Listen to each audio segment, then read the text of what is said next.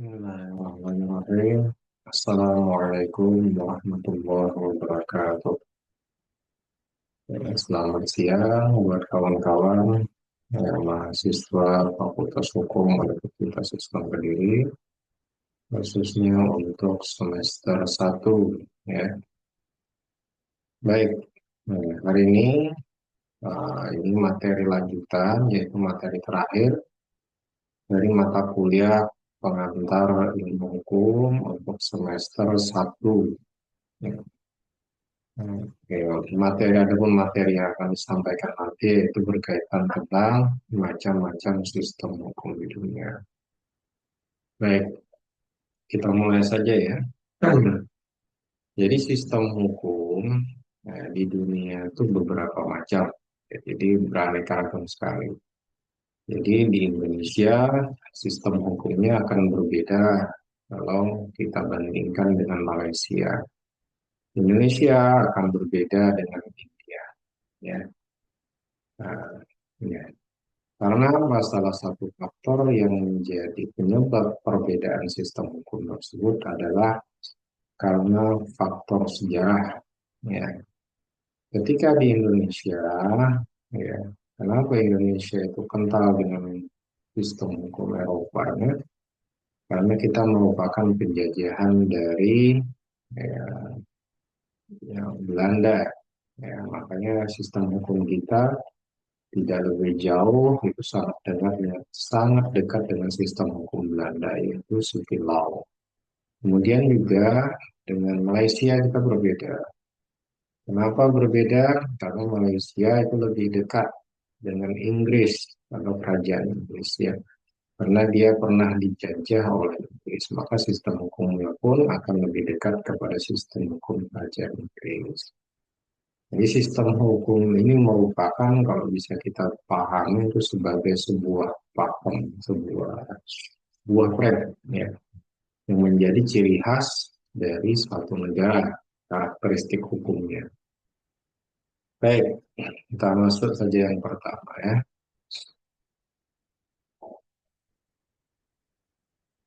Nah, ini macam-macam sistem hukum di dunia itu ada beberapa macam. Ya, yang pertama ada sistem hukum civil law, ada sistem hukum common law, ada juga sistem hukum sosialis, serta sistem hukum yang lain.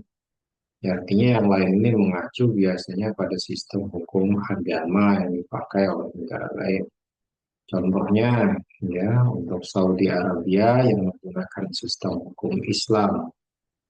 Ya, kemudian juga Israel yang menggunakan sistem hukum Jus atau Yahudi, ya, dan beberapa sistem hukum lain.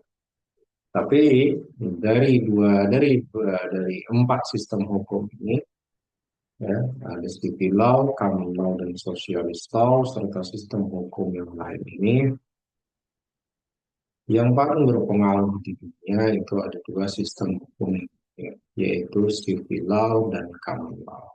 Nah, baik kita lihat dulu, apa itu sistem hukum civil law atau sistem hukum Eropa ya. Civil law system atau sistem hukum sivil ya, merupakan sistem hukum yang berkembang di daratan Eropa. Ya. Ciri khas atau karakteristik dari sistem hukum ini terletak pada penekanannya dalam penggunaan aturan-aturan tertulis. Nah, jadi ciri khas atau karakteristik dari sistem hukum ini adalah terletak pada penggunaan aturan-aturan tertulis ya dalam sistematika hukum. Untuk awal perkembangannya, sistem hukum ini berkembang di daratan Eropa Timur hingga dikenal dengan sistem hukum Eropa kontinental. Maka ada beberapa ahli atau para pakar hukum ya yang terkadang menyebut istilah sistem hukum civil law ini dengan istilah sistem Eropa kontinental. Ada yang seperti itu. Tapi ada juga yang menyebutnya dengan istilah civil law system. Dan beberapa hari ada yang menyebut dengan istilah sistem Eropa kontinental. Sama saja, Ya sama saja. Tapi kalau saya lebih condong menyebutnya dengan sebutan civil law system atau sistem hukum sipil ya, civil law system. Karena apa? Karena bagi saya ya kata Eropa kontinental itu tidak mengacu kepada merujuk pada penyebutan namanya, tapi merujuk pada tempat berkembangnya sistem hukum itu, di mana di daratan Eropa Timur, makanya disebut dengan Eropa kontinental. Tapi saya pun tidak juga menyalahkan bagi para ahli hukum, bagi para mahasiswa, ya, pemerhati hukum yang menggunakan istilah Eropa kontinental untuk menyebutkan sistem hukum tersebut. Ya, baik. Nah, sistem ini kemudian disebarkan di negara-negara Eropa daratan kepada daerah-daerah jajahannya, termasuk Indonesia. Nah, Eropa Indonesia itu masuk dalam kategori apa? Nah, banyak yang menyebut Indonesia sebagai bagian dari sistem hukum yang menggunakan civil law system. Karena apa? Kita jajahan dari Belanda. Nah, makanya jangan heran ketika sistem hukum kita dalam prakteknya ya lebih menekankan penggunaan pada aturan-aturan yang sifatnya tertulis. Dan dalam konteks hukum positif kita itu yang dituangkan dalam bentuk peraturan perundang-undangan. Ya. Makanya dalam pasal 7 Undang-Undang Nomor 12 Tahun 2011 itulah bentuk sistem hukum tertulis di Indonesia ya. Dan yang secara tidak langsung kita bisa mengatakan bahwa itulah perwujudan dari ya lahirnya sistem civil law ya, dilaksanakannya sistem civil law atau diakuinya sistem civil law di Indonesia. Baik, civil law dikenal juga dengan Romano-Germanic System Legal System. Hal ini karena sejarah kelahiran sistem civil law yang sangat dipengaruhi oleh sistem kerajaan Romawi dan negara Jerman pada waktu itu. Ingat baik-baik kalau civil law itu pengaruhnya lahir pada pengaruh kerajaan Romawi dan Jerman pada waktu itu ya. Oke. Dan di beberapa orang yang mengklaim bahwa sistem hukum ini merupakan sistem hukum tertua dan paling berpengaruh di dunia. Oke lah, silakan saja kalau memberikan klaim seperti itu ya. Baik, kita lanjutkan. Sistem hukum ini berawal dari abad 450 sebelum Masehi, ketika kerajaan Romawi membuat kumpulan peraturan tertulis, ya, Toilet Table of Rome. Ya, sistem hukum Roma ini menyebar ke berbagai belahan dunia seiring meluasnya kerajaan Romawi. Nah, itu tuh ya, jadi hukum. Jadi sistem hukum ini dibangun oleh kerajaan Romawi dulu pada tahun 450 sebelum Masehi. Peraturan tertulisnya waktu itu apa? Nah, ini peraturan tertulisnya. Ya, Toilet Table of Rome. Itu tuh, itu peratapannya. Baik, melanjutkan. Nah, sumber hukum dari civil law system itu meliputi beberapa macam. Yang pertama, sumber hukum pertamanya adalah peraturan perundang-undangan. Oh, kenapa peraturan perundang-undangan menjadi sumber hukum yang pertama? Ingat tadi bahwa civil law system karakteristiknya adalah penggunaan aturan-aturan tertulis. Nah, oleh karenanya, sumber hukum utama secara hierarki di dalam sistem hukum civil law itu adalah peraturan perundang-undangan. Ya, itu. Kemudian, bentar ya, sebagai setelah peraturan perundang-undangan itu ada juga hukum kebiasaan. Bagi hukum kebiasaan ini Ya, nah, hukum kebiasaan itu apa? Hukum yang hidup dan diterima sebagai kebiasaan-kebiasaan yang hidup dan diterima sebagai hukum oleh masyarakat sekitar, ya. Dan diterima sebagai dan tidak boleh bertentangan dengan undang. Kemudian lagi yang ketiga traktat atau perjanjian antar negara, yang keempat yaitu jurisprudensi, sumber hukumnya, ya, sumber hukumnya. Jadi secara hierarki sumber hukum dari negara-negara yang menganut civil law system itu harus dari pertama, ya, pertama itu yaitu peraturan tertulis yang dimuat dalam peraturan undang. Nah, karena apa? Karena misalnya, kalau misalnya dibalik nanti yang nomor dua menjadi nomor satu, kebiasaan dan jurisprudensi itu menjadi nomor satu, maka ya sistem hukumnya sudah berbeda, bukan lagi civil law, tetapi common law. Nanti kita bahas common. Jadi ini merupakan sebuah hierarki. Hierarki itu artinya apa? Tidak boleh kebolak-balik lah. Nah, itu. Jadi mana yang lebih diutamakan, kemudian mana peraturan-peraturan di bawahnya yang sebagai secara hierarki itu mendukung peraturan yang lebih tinggi. Jadi sekali lagi dalam civil law system itu peraturan utamanya adalah peraturan perundang-undangan, ya, yang berupa peraturan tertulis yang dibentuk oleh lembaga legislatif. Itu ya. Baru di bawahnya ada hukum kebiasaan, daftar jurisprudensi sebagai pendukung daripada sistem hukum sumber hukum utama. Baik. Nah, kemudian nah, penggolongan. Nah, hukum sipil atau Eropa kontinental itu dibagi menjadi dua golongan hukum. Satu, hukum yang mengatur kesejahteraan masyarakat dan kepentingan umum yang disebut dengan hukum publik, ya.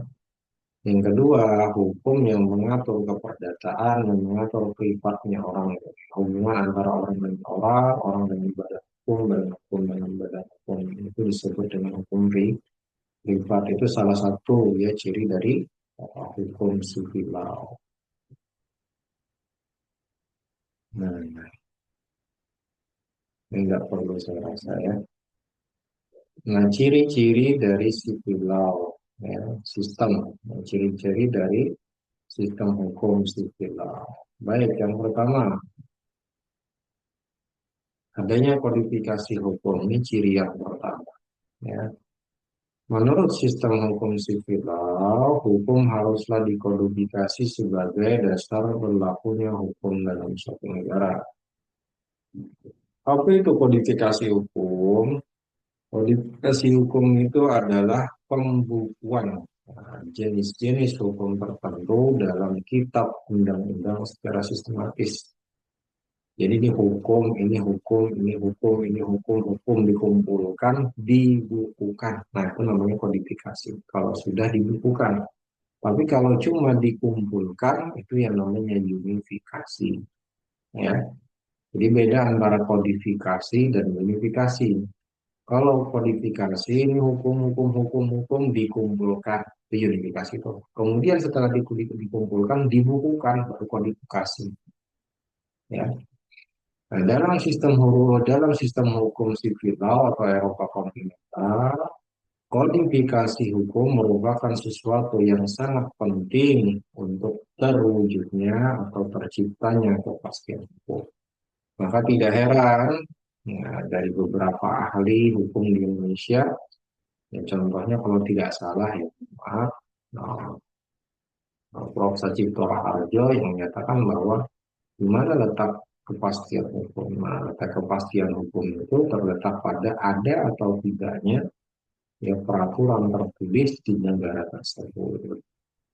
Nah, nah, itu salah satu ciri hukum, ciri hukum dari civil law system.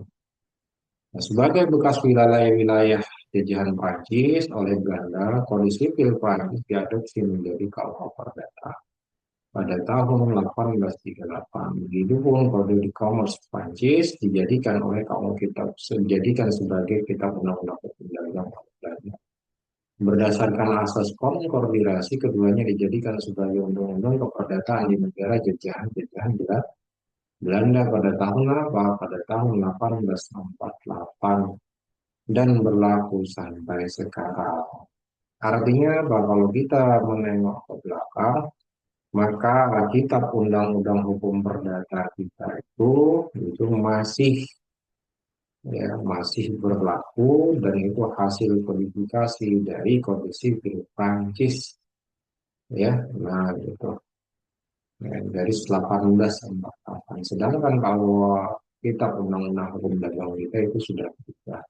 Jadi yang sebenarnya sudah berubah pertama kali itu kitab undang-undang hukum dagang, baru KUH pidana yang baru. Kalau KUH perdata secara sampai sekarang masih tidak terjadi perubahan drastis ya apa-apa. Baik, kemudian, nah yang kedua, ciri yang kedua adanya pembatasan wewenang. Dalam sistem Eropa kontinental, hakim tidak memiliki kekuasaan untuk menciptakan hukum. Jadi, di dalam sistem hukum sipil, hakim itu tidak diberikan kewenangan atau keleluasaan untuk menciptakan hukum yang mempunyai kekuatan hukum. Ya. Hakim hanya boleh menafsirkan peraturan-peraturan yang telah ada berdasarkan wewenang yang melekat. Jadi tidak ada tuh ceritanya hakim menciptakan hukum. Ya. Nah, tapi di dalam sistem hukum Indonesia itu berbeda. Di dalam sistem hukum Indonesia, hakim diberikan kewenangan untuk menciptakan hukum, meskipun kita sipil law ya. Jadi di Indonesia itu ada beberapa tahapan ya. Kalau misalnya ada undang-undang, ada dasar hukumnya, ya gunakan dasar hukum tersebut. Kalau misalnya tidak ada dasar hukumnya, maka gunakan jurisprudens. Kalau tidak ada jurisprudens, maka gunakan yang namanya penafsiran hukum atau interpretasi hukum seperti ini ya. Kalau tidak ada ya, tidak bisa melakukan penafsiran hukum, maka hakim diperkenankan melakukan yang namanya finding atau finding, yaitu penemuan hukum. Nah, disitulah yang namanya hakim ditarik atau disuruh untuk menciptakan sebuah hukum. Ya. Oke, baik. Tapi kalau dalam hukum dalam sebenarnya dalam sipil sistem itu tidak diperkenankan hakim untuk menciptakan hukum. Tapi di Indonesia itu sudah terjadi. Ya, baik. Kemudian ciri yang ketiga, ada terjadi pembagian hukum privat dan hukum publik. Ya, dalam sipil law dibagi dalam hukum publik dan hukum privat. Hukum publik mencakup peraturan hukum yang mengatur masalah kekuasaan, penguasaan, hubungan negara dan masyarakat. Kalau hukum privat kemarin sudah saya sampaikan mengatur hubungan antar warga negara, masyarakat dengan masyarakat, masyarakat dengan badan hukum dengan badan hukum. Ini yang berkaitan dengan warga negara atau masyarakat atau kekayaan masyarakat ya. Yang selanjutnya, ciri hukum yang keempat, adanya pembagian hukum. Nah, di salah satu ciri dari sipil law system adalah yang ada pembagian hukum. Ada hukum tata negara, ada hukum tata usaha negara, ada hukum agraria, ada hukum perdata internasional, dan sebagainya. Itu salah satu dari sipil law, ciri dari sipil law system. Ya. Kemudian yang kelima, ya, adanya penyatuan atau unifikasi tadi sudah saya sampaikan ya. Jadi penyatuan itu apa ini nih? Hukum di berbagai daerah di Indonesia digabungkan itu unifikasi ya. Nah, menjadi suatu hukum negara. Kalau sudah digabungkan apa? Dibukukan, nah, ini namanya kodifikasi. Ya, nah, betul ya. Nah, tadi sudah saya sampaikan.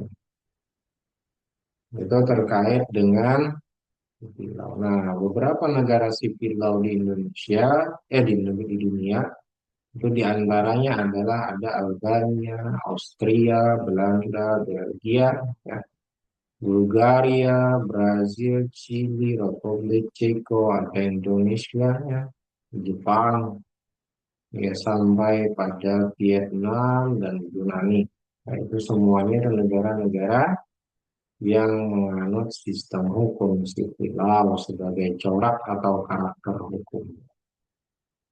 Baik, kita beralih dari civil law system menuju pada common law system.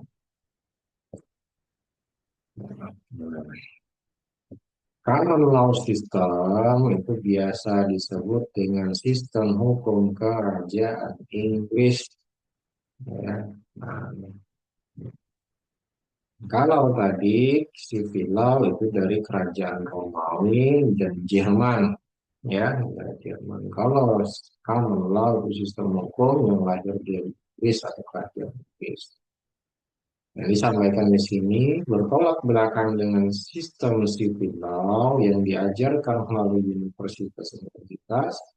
Sistem common law hidup dan berkembang melalui pengajaran turun-temurun secara lisan dari kebiasaan, dari hukum kebiasaan-kebiasaan dalam masyarakat. Nah, itu bedanya. Kalau tadi civil law itu IDM-nya salah satu cirinya adalah identik dengan adanya peraturan tertulis, ya. Karakteristiknya identik dengan penggunaan peraturan tertulis. Tapi kalau common law tidak, ya. Dia lahir dan berkembang melalui pengajaran turun-temurun secara lisan dan hukum-hukum kebiasaan dalam masyarakat. Nah, common law itu berkembang di negara Inggris dan berpesat juga berkembang di wilayah di luar wilayah kerajaan Inggris, seperti daerah koloni Inggris ya, negara-negara persemakmuran Kanada, Amerika, dan bekas-bekas koloni Inggris.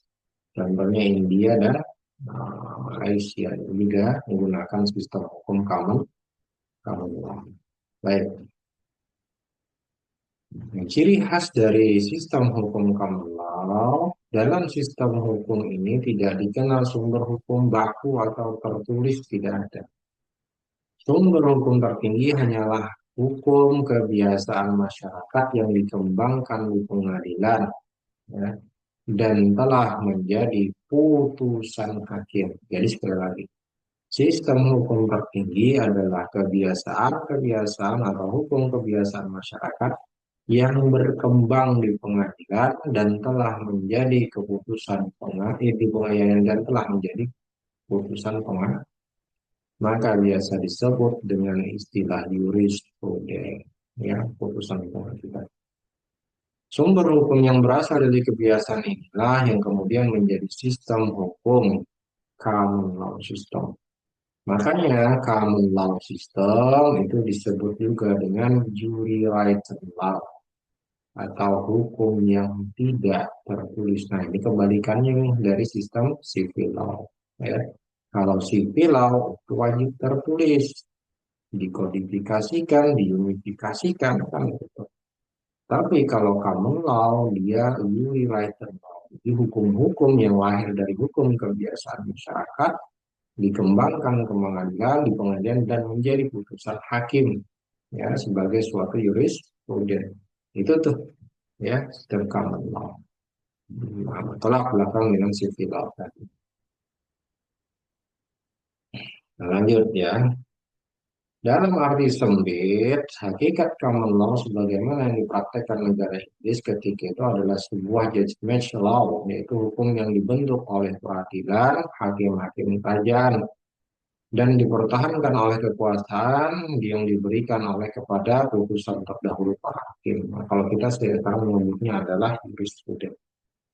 Undang-undang nyaris tidak memiliki pengaruh sama sekali. Nah, jadi hukum tertulis di sana nyaris tidak memiliki pengaruh sama sekali hukum-hukum tertulis.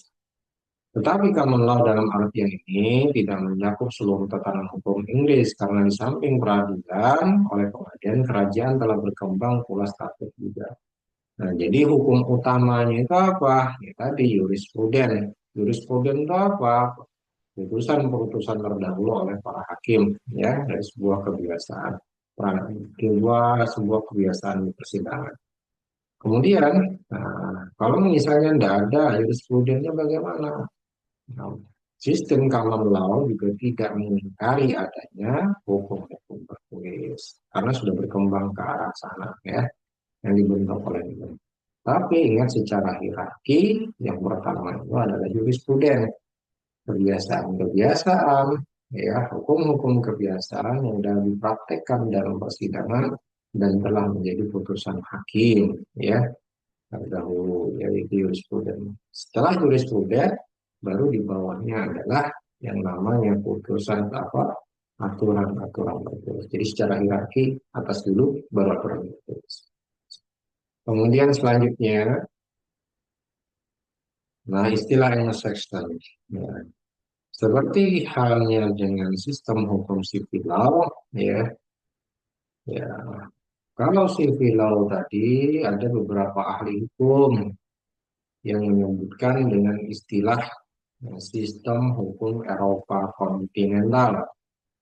Begitu juga dengan sistem common law. Ada juga beberapa ahli hukum yang menyebutnya bukan dengan sebutan sistem hukum Anglo-Saxon, bukan sistem hukum common law, tapi dengan menyebut dengan istilah sebutan sistem hukum Anglo-Saxon. Kenapa? Karena sistem hukum ini berkembang di daratan Inggris sejak abad itu ya 10, dikenal dengan sebutan Anglo-Saxon. Kenapa Anglo? Karena ya penduduknya yang berasal dari suku Anglo, Saxon dan Jute ya. Sistem hukum common law dikenal juga dengan istilah sistem hukum Anglo-Saxon. Maka kita tidak perlu juga memperdebatkan apakah menyebutnya dengan sistem hukum common law atau sistem hukum Anglo-Saxon sama saja. Tapi sekali lagi saya lebih suka menyebutnya dengan sistem hukum common law dibandingkan Anglo-Saxon. Kenapa? Karena bagi saya sama kayak si Vital tadi, Anglo-Saxon ini bukan nama sistemnya, tapi nama penduduknya dari suku Anglo, ya, tempat di mana berkembangnya sistem hukum tersebut. Ya, kemudian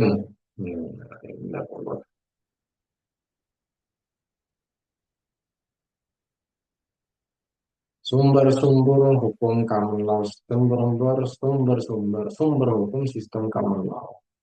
Yang pertama, nah itu ada jurisprudens tadi yang saya sampaikan. Jadi hukum-hukum atau kebiasaan yang menjadi hukum dan berkembang di pengadilan-pengadilan Eropa, khususnya kerajaan Inggris dulu, nah, yang kemudian dituangkan dalam putusan pengadilan, nah, yang berupa jurisprudens, yang menjadi satu jurisprudens. Nah, dalam sistem hukum common law ya, atau Anglo-Saxon ini, maka sistem hukum utama secara hierarki adalah ini, ya, jurisprudens tadi yang saya sampaikan tadi. Ya, itu yang pertama, ya.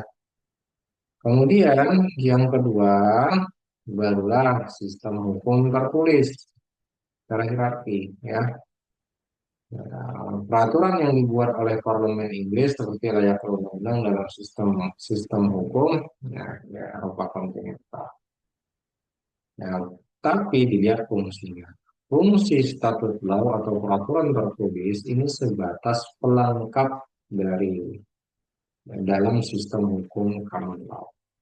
Jadi hanya sebatas sumber hukum pendukung. Nah, pendukung. Makanya hati-hati. Kalau sipil law sumber hukum utamanya adalah statut law atau peraturan tertulis berupa peraturan perundang-undangan yang telah dikodifikasikan. Kalau common law, sumber hukum utamanya adalah hukum kebiasaan-kebiasaan di dalam persidangan yang kemudian menjadi putusan hakim terdahulu berupa jurisprudens.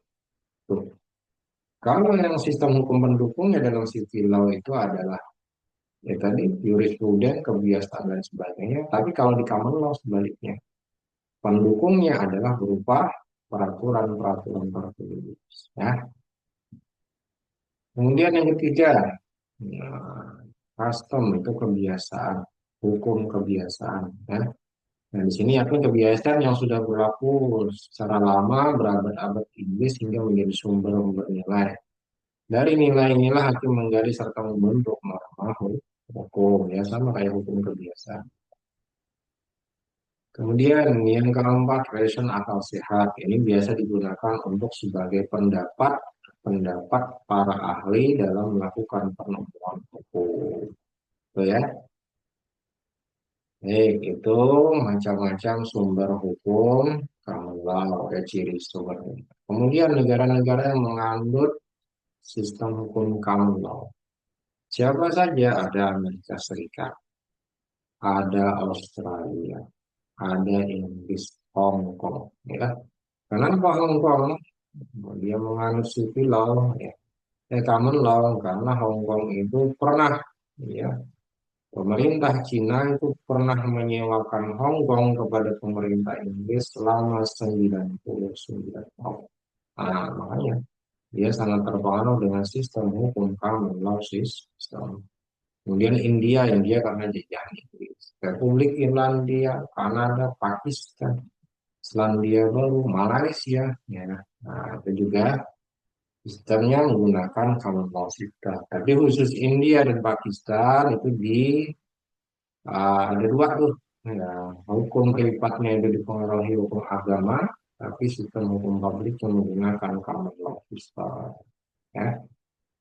Baik, kita lanjut. Nah, dalam sistem hukum Islam itu salah satunya saya tidak perlu menjelaskan banyak. Ini kawan-kawan sudah paham betul, ya.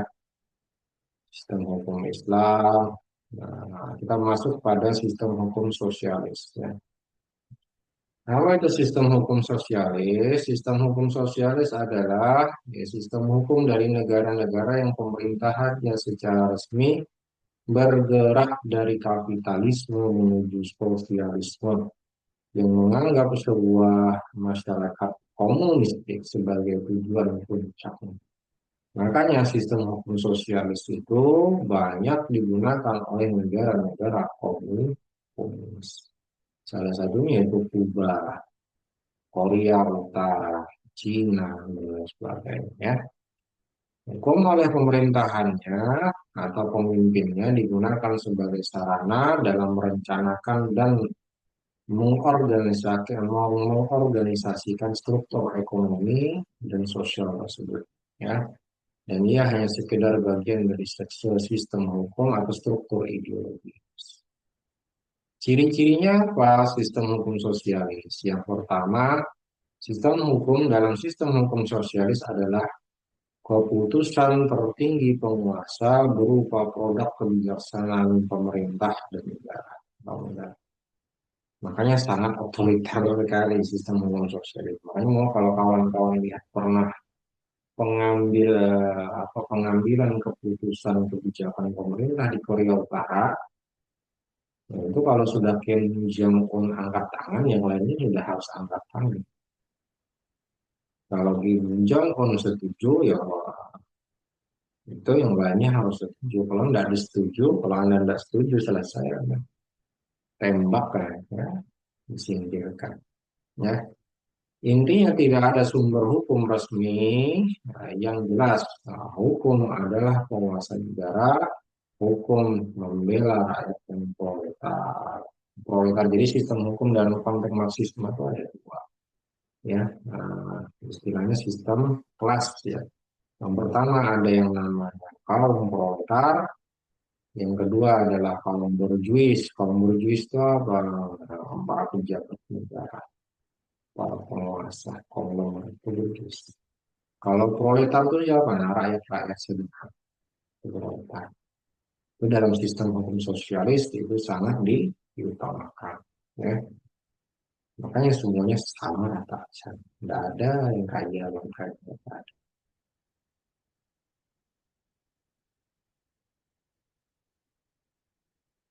Kelompok negara yang menggunakan sistem hukum sosialis itu dibagi menjadi dua kelompok. Jadi sistem hukum sosialis itu ada sosialis yuridiksi kuat, ya, seperti Polandia, Bulgaria, Hungaria, Cekoslovakia, ya, Rumania, Kuba itu sosialis yuridiksi tua, lebih tua. Ada juga kelompok hukum sosialis yang baru seperti apa? Kamboja, Laos, Mozambik, Somalia, Ethiopia, dan Uganda. Itu yang baru. Nah, itu ya. Jadi beberapa negara yang menganut sistem hukum sosialis. Korea Utara itu termasuk dua. Ya. Nah, jadi diingat baik-baik, khususnya tadi dua sistem yang pertama civil law dan common law. Jangan sampai nanti tidak bisa membedakan hierarki sumber hukumnya dan karakteristik hukum. Ya, cirinya seperti apa, karakteristiknya seperti apa. Ya. Kemudian secara tatanan hierarki sumber hukum mana yang harus didahulukan. Ya, itu ya. Nah, baik, terakhir, nah fitur-fitur hukum sosialis. Ya, Quindi ya, merangkum fitur-fitur hukum sosialis sebagai berikut. Ya. Hukum sosialis diprogramkan untuk lenyap secara perlahan-lahan bersamaan dengan hilangnya hak kepemilikan privat atas kelas-kelas sosial. Tadi kelas sosial tadi ada yang kaum proletar, kaum borjuis ya. Serta transisi menuju sebuah tatanan sosial komunis. Negara-negara sosialis didominasi oleh sebuah partai politik tunggal. Ya. Di dalam sistem sosialis, hukum disubordinasikan untuk menciptakan sebuah tatanan ekonomi baru, di mana di dalamnya hukum privat diabsorpsi oleh hukum publik. Hukum sosialis memiliki sebuah karakter, yaitu prosedurigus. Ya, hukum sosialis lebih bersifat prerogatif ketimbang normatif. Makanya prerogatif itu maksudnya apa? Prerogatif. Nah, nih ya, hukum prerogatif adalah hukum itu berdasarkan kekuasaan tertinggi. Itu ya, sangat sangat apa bahasa kita otoriter. Nah, ya, otoriter. Baik, mungkin itu yang bisa saya sampaikan dalam materi terakhir ini terkait dengan ragam sistem hukum di dunia, ya, ragam sistem hukum di dunia. Nah, ini ragam-ragam sistem hukum di dunia. Ya. Nah, ini ada civil law, common law, sosialis, dan sistem hukum agama. Kalau di Saudi Arabia dan beberapa negara Timur Tengah lain itu menggunakan sistem hukum Islam. Israel menggunakan sistem hukum yang putih dan beberapa lainnya. Tapi yang sekali lagi yang perlu diingat adalah tiga sistem hukum utama, khususnya civil law dan common law. Ya, begitu. Baik kawan-kawan, terima kasih untuk kehadirannya menonton video ini. Mudah-mudahan apa yang saya sampaikan dalam video ini bisa bermanfaat. Ya, sekali lagi mohon maaf, saya harus menyampaikan lewat video karena waktunya yang sangat terbatas karena di depan kita sudah ujian akhir semester. Ya. Sekali lagi atas nama pribadi, saya mohon maaf, mohon ridho, mohon halal kalau misalnya selama saya menyampaikan materi ada ya, materi yang salah ataupun kekurangan atau ada juga penyampaian-penyampaian saya atau teguran-teguran saya yang kurang berkenan. Ya, nah, terima kasih sekali lagi. Ya, selamat menempuh ujian akhir semester. Wassalamualaikum warahmatullahi wabarakatuh.